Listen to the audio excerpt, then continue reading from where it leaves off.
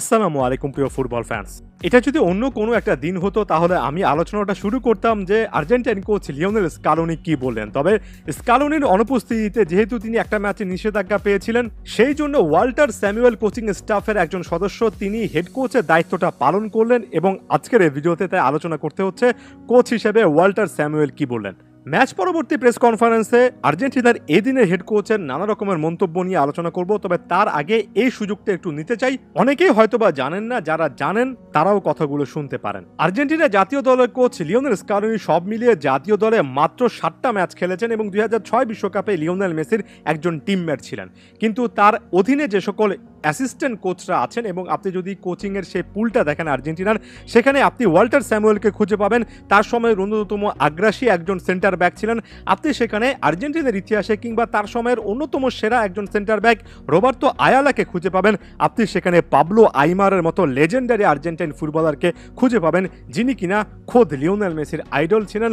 Leo Messi অনেকবারই বলেছেন। মূলত একটা পয়েন্ট মেক করতে চাচ্ছি, একজন আইকনিক প্লেয়ার মাত্রই যে একেবারে আইকনিক কোচ হয়ে যাবেন, অনেক বড় মাপের কোচ হয়ে যাবেন, ব্যাপারটা এমন নয়। বরঞ্চ খেলোয়াড়ি জীবন শেষ করার পরে নানা রকমের ধাপ কোচিংয়ে আসতে হলে তাদেরকে কিন্তু উতরাতে হয়। পাবলো আইমার মূলত অনূর্ধ্ব 17 দল নিয়ে কাজ করছেন আর্জেন্টিনা। লিওনেল স্কালোনি কিন্তু তাদের তুলনায় যথেষ্ট সিনিয়র। তিনি এর আগে আর্জেন্টিনার সহকারী কোচ থেকে বর্তমানে মূল কোচ হয়েছেন।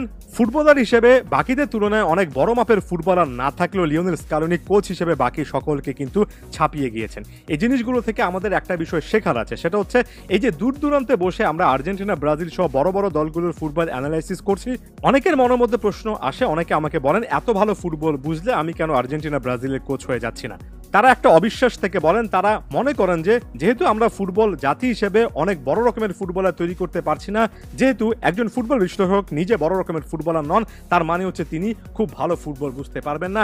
ব্যাপারটা কখনোই এমন নয়। ফুটবল খেলা এবং ফুটবল বোঝা দুটো একেবারে ভিন্ন একটা জিনিস। প্রতিটারে আলাদা আলাদা ক্ষেত্র আছে। আপনারা যারা কমেন্ট বক্সে অনেক কমেন্ট করেন, যারা রেগুলার ফুটবল খেলা দেখেন, তাদের মধ্য থেকেও যদি অনেকে বিশ্বাস করেন যে আপনারা ফুটবল অনেক ভালো বুঝেন এবং ফুটবল নিয়ে নিজেদের জায়গা থেকে যদি কাজ করেন, নিঃসন্দেহে বলতে পারি আপনাদের মধ্য থেকে অনেকেই ফুটবল নিয়ে অনেক বড় রকমের কাজ করতে পারবেন। আর অনেকে যদি এই পথে আসতেন, দেশের ফুটবলে একটা কালচার তৈরি হতো, অল্প অল্প করে হলেও দেশের ফুটবল কিন্তু অনেকটুকু পরিবর্তিত হতো। আচ্ছা, যাই হোক, এবার ওয়াল্টার স্যামুয়েলের মূল কথাটাতে আসি। ম্যাচটাকে ব্যাখ্যা করতে গিয়ে ওয়াল্টার স্যামুয়েল খুবই ভালোভাবে বলেছেন যে ফার্স্ট হাফে আর্জেন্টিনা খুব একটা বেশি স্পেস খুঁজে পায়নি এবং প্রতিপক্ষকে কৃতিত্ব দিয়েছেন। আর্জেন্টাইন প্লেয়ারদেরকে ফাইনাল থার্ডে খুব একটা বেশি তারা যে স্পেস দেয়নি সেটার কথা মেনশন করে সেকেন্ড হাফে এর চেয়ে বেটার ফুটবল আর্জেন্টিনা খেলেছে, সেটা ওয়াল্টার স্যামুয়েল বললেন এবং একেবারে ক্লিয়ারলি বললেন যে আর্জেন্টিনার প্রথম গোলটা অনেক সুন্দর ছিল এবং প্রথম গোলের ক্ষেত্রে আর্জেন্টিনা অল্প যে স্পেস পেয়েছে মাঠের নানা প্রান্তে, সেটা খুবই ভালোভাবে তারা ব্যবহার করেছে এবং সে কারণে প্রথম গোলটা এসেছে। লাউতারো মার্টিনেজের প্রশংসা করলেন, তবে একই সঙ্গে এই জিনিসটা মনে করিয়ে দিলেন যে তার স্কোয়াডে অর্থাৎ আর্জেন্টিনা স্কোয়াডে 26 জন প্লেয়ার আছে এবং প্রত্যেকের উপরই দলের আস্থা আছে। পরবর্তী রাউন্ডে মেক্সিকো নাকি ইকুয়েডর, এমন একটা প্রশ্নের জবাবে তিনি বলেছেন পুরো জিনিসটা নিয়ে তারা এখনো ভাবছেন না, আগে ফাইনালস হোক যে কাদের বিপক্ষে কোয়ার্টার ফাইনাল খেলবেন। কারণ তার মতে ইকুয়েডরের বিপক্ষে কিছুদিন আগে যে ম্যাচ খেলেছেন সেখানেও নাকি ওয়াল্টার স্যামুয়েল দেখেছেন খুবই ফিজিক্যাল ফুটবল হয়, অর্থাৎ ইকুয়েডর যে স্টাইলে ফুটবল খেলে সেখানে শারীরিক বা ফিজিক্যাল ফুটবলের একটা পসরা দেখা যায়। এবং তিনি মেক্সিকোর বিপক্ষে ম্যাচ সম্পর্কে বললেন, বিশ্বকাপে গুরুত্বপূর্ণ একটা ম্যাচ মেক্সিকোর বিপক্ষে খেলতে হয়েছিল, ম্যাচটা টাফ ছিল, অর্থাৎ মেক্সিকোর বিপক্ষে ম্যাচও টাফ হতে পারে, এমন টাইপের মন্তব্য করলেন। লিওনেল মেসি প্রসঙ্গে জানাতে গিয়ে তিনি বললেন, মেসির জন্য সবাই অপেক্ষা করছেন। লিওনেল মেসিকে বর্তমানে দেখে সকলেরই আগের চেয়ে ভালো মনে হচ্ছে, অর্থাৎ তিনি আশাবাদ ব্যক্ত করেছেন যে একেবারে অন টাইম কোপা আমেরিকার কোয়ার্টার ফাইনালের আগে লিওনেল মেসি ফিরে আসবেন।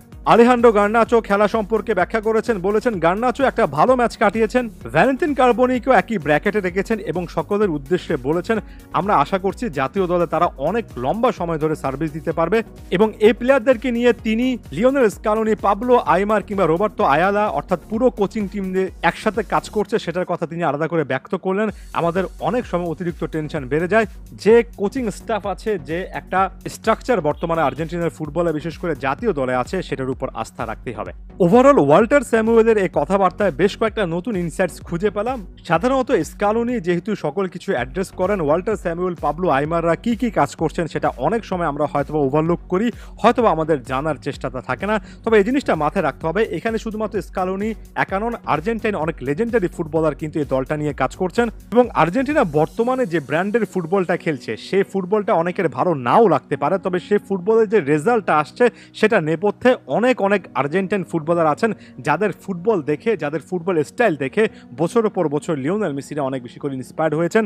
অনেক সময় স্কালোনির অনেকগুলো সিদ্ধান্ত অনেকের ভালো নাও লাগতে পারে, তবে একটা জিনিস মাথায় রাখতে হবে যে সিদ্ধান্তটা শুধুমাত্র স্কালোনির মাথা থেকে আসেনি, বরঞ্চ আর্জেন্টাইন ফুটবলের একটা সময়ে লেজেন্ডারি অনেক তারকা মিলে এই টাইপের সিদ্ধান্ত নিয়েছেন, কারণ তারা কোচিং ওই টিমটার প্রতিনিধিত্ব করেন। এভাবে যদি আমরা চিন্তা করি, পুরো ব্যাপারটা যে একটা স্ট্রাকচারের মধ্য থেকে আসে সে ব্যাপারটা ক্লিয়ার হবে, অনেক কিছু নিয়ে কিন্তু আমাদের কনফিউশন দূর হয়ে যাবে। ধন্যবাদ সবাইকে।